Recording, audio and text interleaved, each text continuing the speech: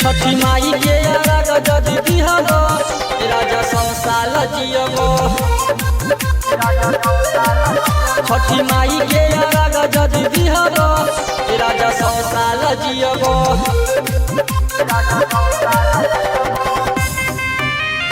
माथे पर दौरा उठाई के जइब छठी माई के दर्शन कइब। राजा जोरे जोरे सुपवा चढ़इब तबे 100 साल जियब।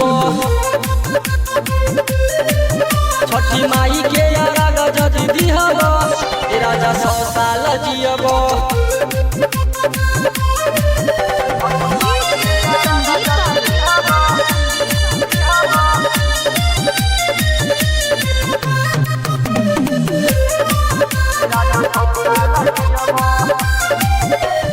छठी माई के हम करब पूजनवा ओकरे कृपा से होई लालनवा।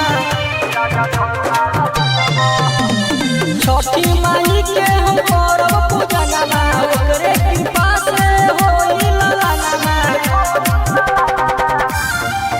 छठी माई के अरग जदि दिहब राजा 100 साल जियब। राजा जोरे जोरे सुपवा चढ़इब तबे 100 साल जियब।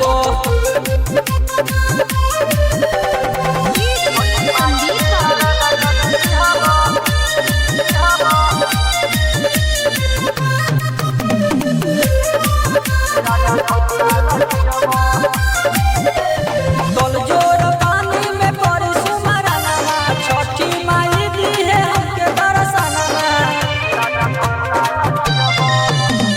तल जोर पानी में पड़ी सुमरनवा छठी माई दिहे हमके दर्शनवा। पंडित जी सुन दौरा उठइब तबे 100 साल जियब। छठी माई के